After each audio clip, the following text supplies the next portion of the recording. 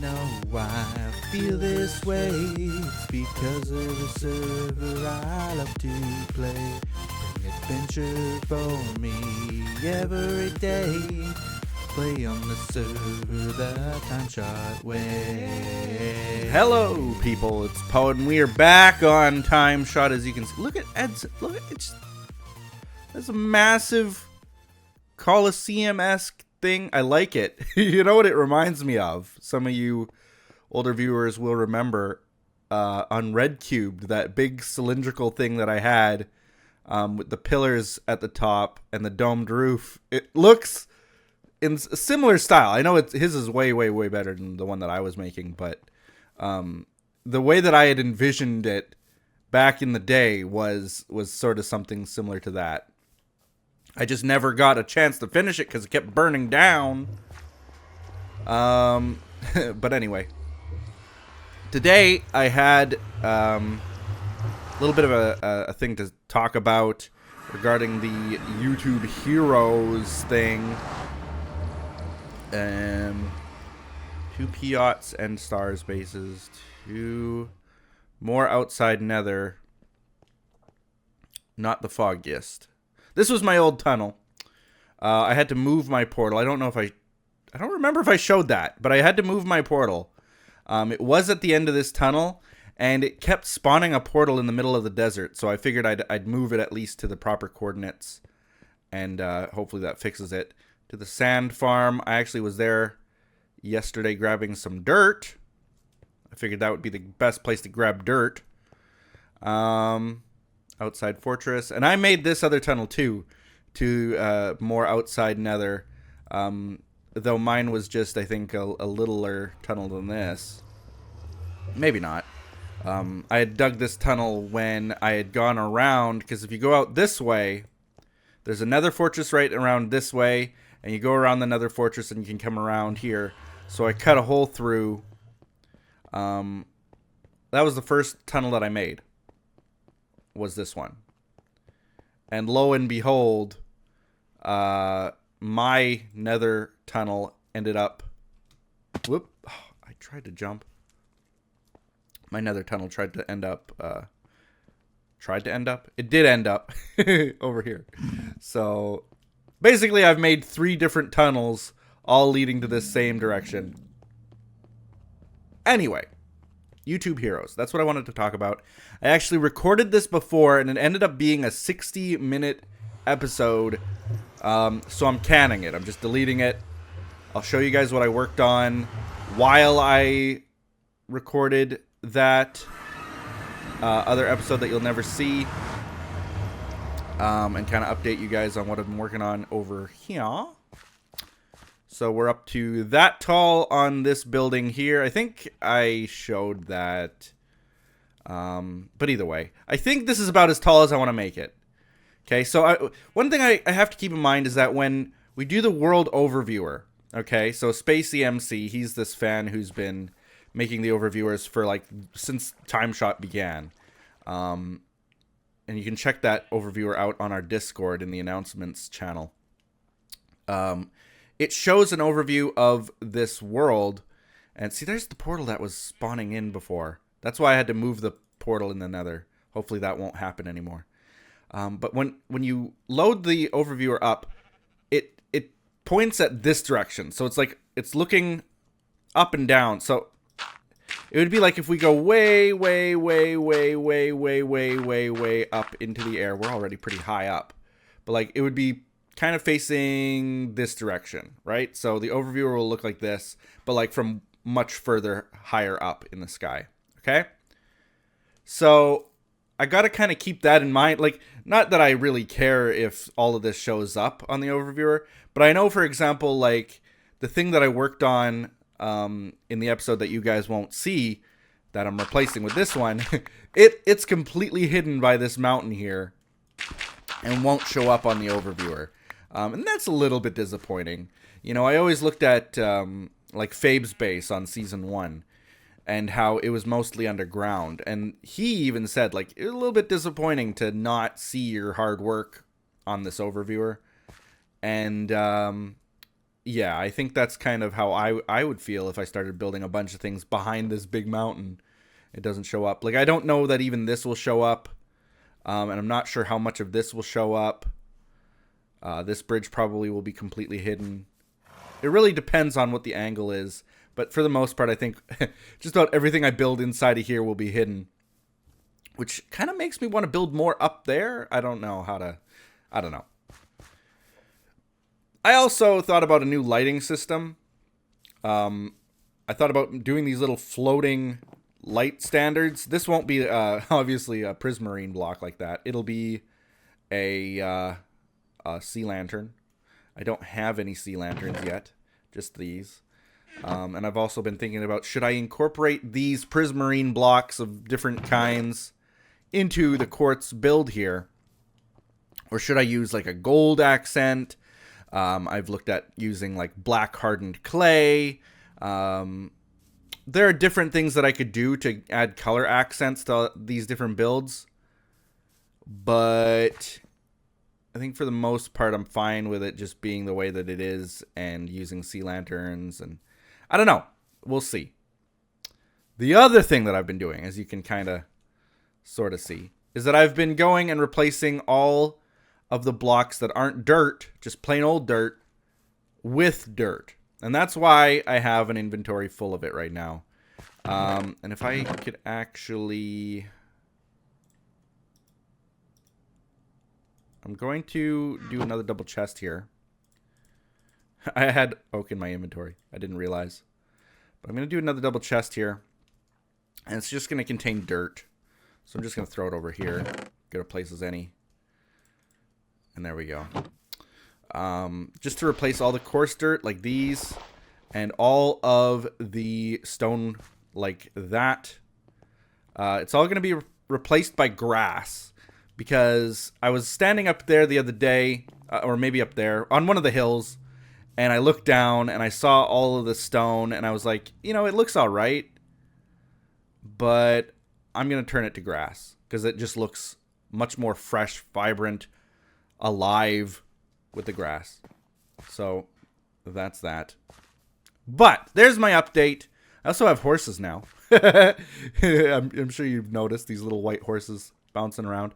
I figured white horses in this quartz city would look kind of cool if I had a good one. So I've been trying to breed these horses together. You can see a little foal or colt, whatever it is, sitting right there. And these two horses are trying to breed. I really don't know anything about horse breeding. I just figure like there's a chance that the baby will take the best traits of both parents. But so far, as you can see, I've abandoned some of these other white horses that haven't really turned out very good. The two white horses that I have, they aren't very good to begin with. So it's taking a very, very, very long time to figure out what is a good horse compared to them. Oh, and lastly, this is what I worked on in the last episode. I wanted to show you guys that. While I was talking about YouTube heroes, this is what I built. It looks epic so far. I mean, I don't think I'm done with it. I want to add in some cobble walls. The cobble walls, I think, will maybe go down here. But so far, I think this looks pretty epic as far as like a dock goes. We can get the best view of it way up there, but I'm not going to go up there right this second. But this is the way that it looks so far. I'm going to actually wrap this quartz around the side. Actually, why don't I do that now? I can fix this up while we start talking. And then the next project I'm going to work on is the other tower that I've started building in the middle there. So, all of that said, let's get on to the main topic, is YouTube heroes. So, perhaps you've heard of it. I'm usually very late to the game in talking about these types of things. Sometimes because I just don't know about them until, several days, weeks later. But other times it's because I have to gather my thoughts. And in this case, I actually recorded a video before, and then I've now deleted it. So in that case too, like I just don't know the best way to talk about it, so I have to take my time and can't just release a video as fast as possible about the topic without me knowing more about it. So now that I do know a little bit more about it, I'm going to talk about YouTube Heroes and something that you might have heard about before, either in other people's videos, maybe on Twitter. I got some people tweeting at me asking if I was at all concerned about it. Similar to the new content policies on YouTube, which I can touch upon as well. So hold on a second. I actually gotta move my recording program a little bit, because what I want to do, I have a screenshot taken of the other tower. I actually have a screenshot of it, and I'm going to be kind of more or less following along. Oh, I need the cobble walls. All right. So the content policy. Let's just touch upon that very quickly. In that YouTube has decided that if your video is not advertiser friendly, you can't make money on it. Just as simple as that. And what does that mean?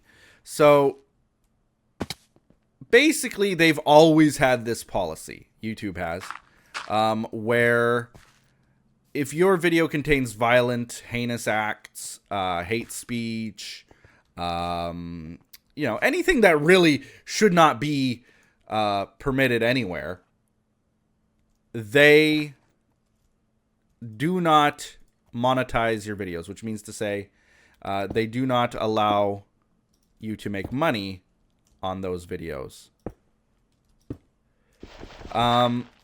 And that's always been the case, but they've never really, they've enforced it, but they've never really gone so far as to automate that process. So recently what's happened is YouTube has gone and automated it so that any video that they deem is not appropriate, you cannot make money on that video.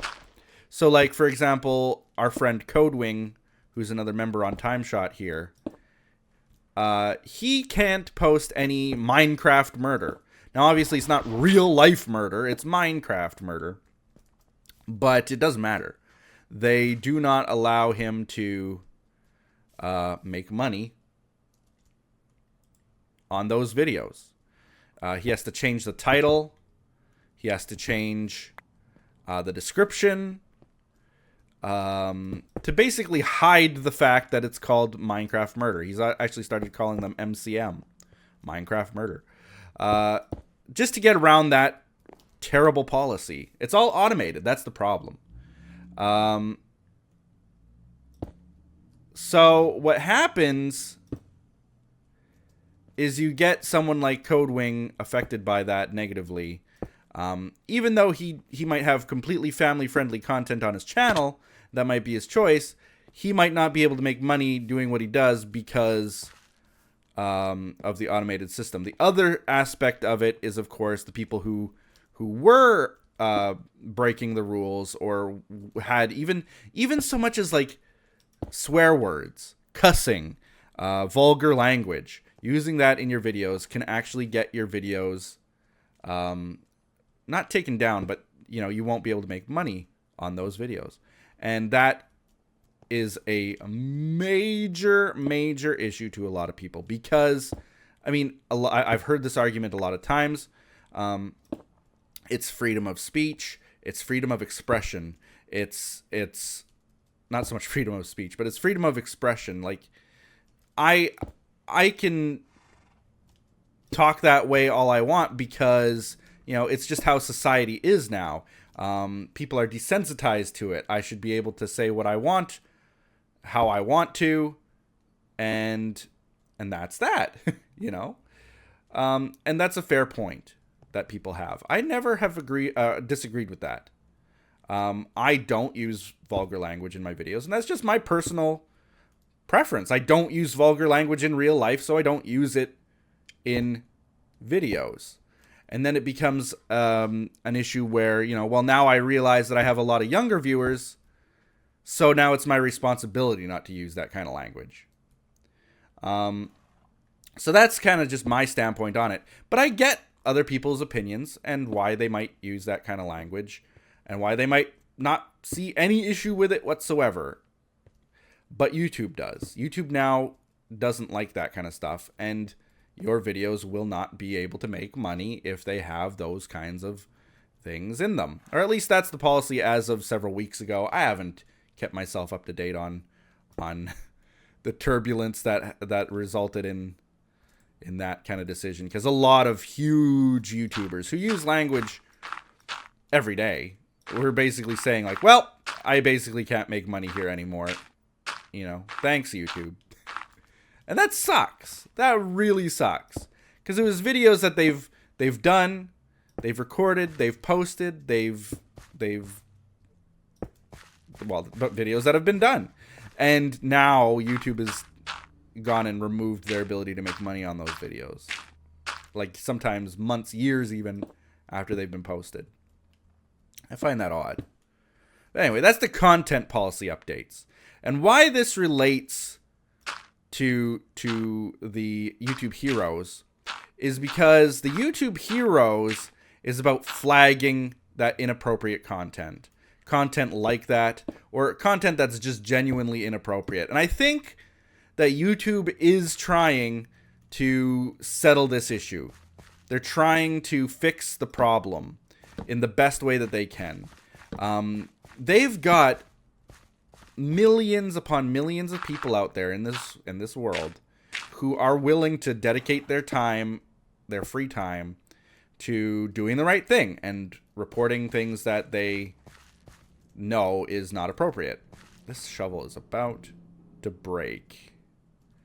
I may need to go and make a new shovel. And I don't know if they're going to replace the automated system of flagging content with these people, if that's their intention. But either way, they basically are crowdsourcing a moderation team. You know, the ability to take down content. Maybe not take it down, but flag the content as being inappropriate. Without them having to hire millions of people to do the same thing. You know, it's free labor. And what they've done is they've now said, well, we'll give rewards, different perks, whatever the little perks might be, even if it's a colorful name or a badge or who knows what, to the people who do a good job in flagging content. And that's what the YouTube Heroes thing is. Now, with all of that in mind, one might think that's a great idea, and in several ways it is, because it makes sense. Yeah, okay, let's hire a bunch of people for free to do our jobs for us and flag content that they deem inappropriate. But what people freak out about is they see, well, it's almost as though YouTube, the company, hasn't spent any amount of time at all on the actual internet to know that there are trolls out there. There are people who abuse the system constantly. How can you permit those kinds of people the ability to go out of their way and flag our content? Like, that just doesn't make sense that you would allow that. I don't know if this is right, actually. You know what? My screenshot shows a little bit of a discrepancy, and I gotta go check the main build that I did here, just to make sure that I'm doing it kind of the same. Doesn't have to be identical, but I want it to be kind of the same. So anyway, these trolls, people fear, are going to go out of their way to flag content that shouldn't be flagged. Yeah, okay. I got it. I see what needs to be done. But here's the thing, and here's why I don't think that this is going to be a huge issue. And it's a pretty interesting point that not a lot of people, if any, even realize, is that YouTube has had this YouTube Heroes thing since 2012. That's, what, 4 years ago they made this program? 4 years ago it's existed. And it's never been a problem for 4 years. And suddenly, because people in the mainstream picked up on it, it's become an issue. And I think it was about how it was released. Now, keep in mind that it's been around for 4 years in some way, shape, or form. And of course, I'm not talking about the name YouTube Heroes. I'm talking about something that they've actually called Trusted Flagger Program. The Trusted Flagger Program's been around since 2012. And they actually called it Alpha. Trusted Program Alpha. Now we're in YouTube Heroes Beta. That's what it's going to be called. So I do think that they are related. They have basically similar purposes. One is to establish people who can go around and flag content en masse. The other is to establish people who can flag content en masse. They basically do the same thing. One gives perks, one kind of doesn't. It just gives you access to tools and expedites the process because they trust you in your opinion. Okay? So the way that they released this YouTube Heroes news was essentially in I think it was in a blog post, or it could have been a random tweet kind of thing. It wasn't a really highly official news press release. It was just, hey, by the way, we've updated this and now people can do this.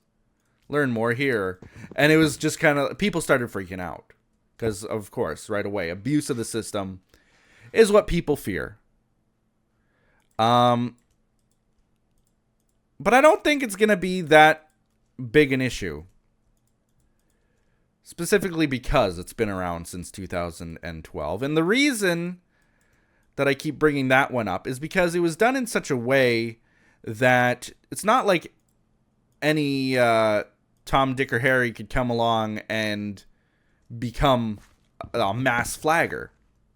They had to prove themselves and prove that they're flagging content that is inappropriate. And once that's done, then they get more access to better tools and so on and so forth. It's not like you can just suddenly come around and say oh, by the way, I want to mass flag things. Okay, here's access. It's not that simple.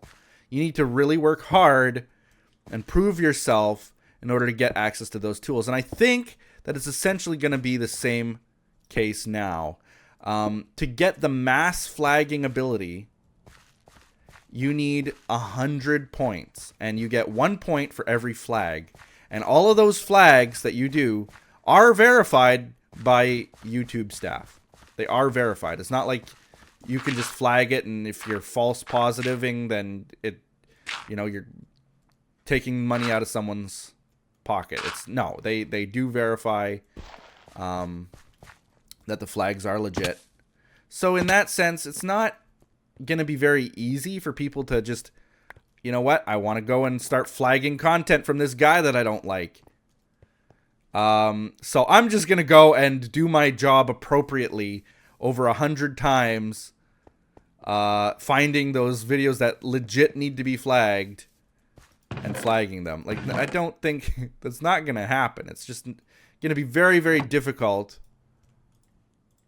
for people to do. I'm not saying it won't happen. Okay, let's step back a second. I can't say that someone won't invest that amount of time. I mean, trolls will go to humongous lengths to mess with people, and I do think that someone will be an honest citizen, if you will, for weeks, months, even years, just to get access and then abuse it. I've seen it happen. As an administrator on several websites through the years, I've seen it happen. I've seen people abuse the system that they work hard to gain access to. Someone will be a moderator on a forum or something, or on a website, and for no reason whatsoever, they'll just start abusing the system after they have gained power. Whether power corrupts them, or whether they were just a bad person who worked hard to get into a position that they could abuse. So, I'm not saying it won't happen, but it's not going to be as rampant misuse as people might claim. It won't be that bad. At least that's my thought on it. I could be wrong. I don't know, because it's not released yet. It's not I asked for access, okay? So I actually went and I signed up for this YouTube Hero program thing. I asked for access. Once I gain access, if I gain access, then I might know a little bit more. But right now, you know, I'm not too worried about it either way. So that's YouTube Heroes in a nutshell. I'm not worried about it. I don't think anybody else should be, but it caused a mass freak out, especially in social media, from people. I think not only upset about this new content policy where they're losing money based on just random videos that have nothing bad in them, no bad content, that are getting taken down, or mildly bad content that are taken down. And I think when they see that, oh no, now not only do we have to contend with this, we also have to contend with like random people being able to flag my content. I'm not gonna ever be able to post videos here ever again, you know. So it's a legitimate worry, but I don't think that it'll be as bad as people think. I don't think it'll be as bad as people assume it will be. Granted, oops, not the right block. Granted, YouTube has sort of a history of automating systems when it really should be focusing on having real life people go in and check things. And maybe this is all part of that, you know? Maybe these people will do their job appropriately and clean up YouTube. So then it segues into the next segment. Like, why are they doing this? Why would you want to clean up YouTube? So my theory is not so much a theory as it's happening, but I don't know any details about it, so I can only say so much. YouTube wants to become a social network. Now, this is not anything new. It's happening. Like I said, it's not a theory. It is happening. YouTube wants to be a social network. It wants to cash in where companies like Facebook do. They want it to be a social experience making videos. And that's always been the case. That's why they were acquired by Google, basically, and Google wanted to come out and say, you know, let's start this Google Plus, and now everybody needs a Google Plus profile. And now that everybody has a Google Plus profile, we are basically a social network. And look, you'll be able to post content on your profile and videos and, you know, status updates, whatever these social sites have. I don't know. I go on Facebook to record like 1 or 2 games and that's it. So I'm not really a Facebooker. Is that a term? Facebooker? I'm not a Facebooker. I don't do it. I don't see the point in it. But YouTube wants to cash in on that, and that's their prerogative, whatever. They can do that all they want. The problem is that so far they don't have a good history of doing it correctly. And I think that people will just continue to be skeptical about the way that YouTube does it, you know. Google Plus was a terrible idea for many, many, many reasons.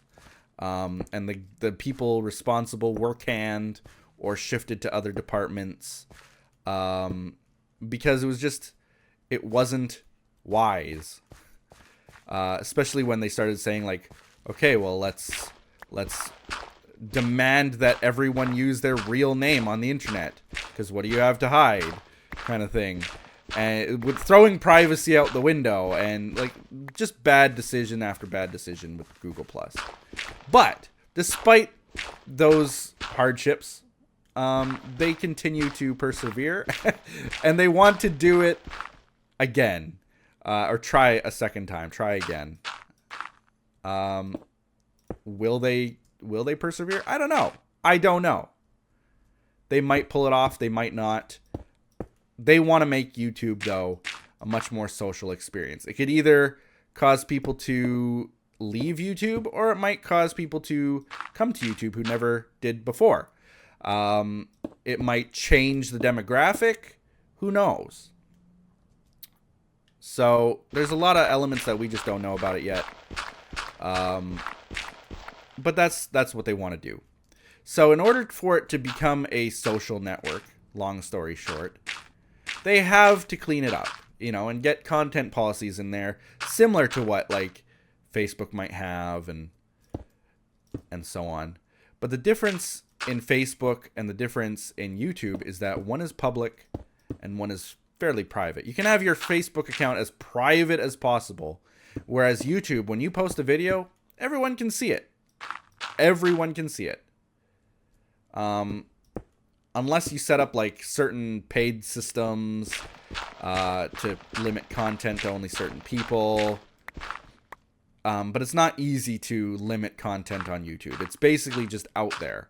And I think that they know that, and the only way to moderate that kind of system is to put all of these content policies in place and start getting the community itself cleaned up through people who can be trusted to flag content that is inappropriate and kind of just keep it clean.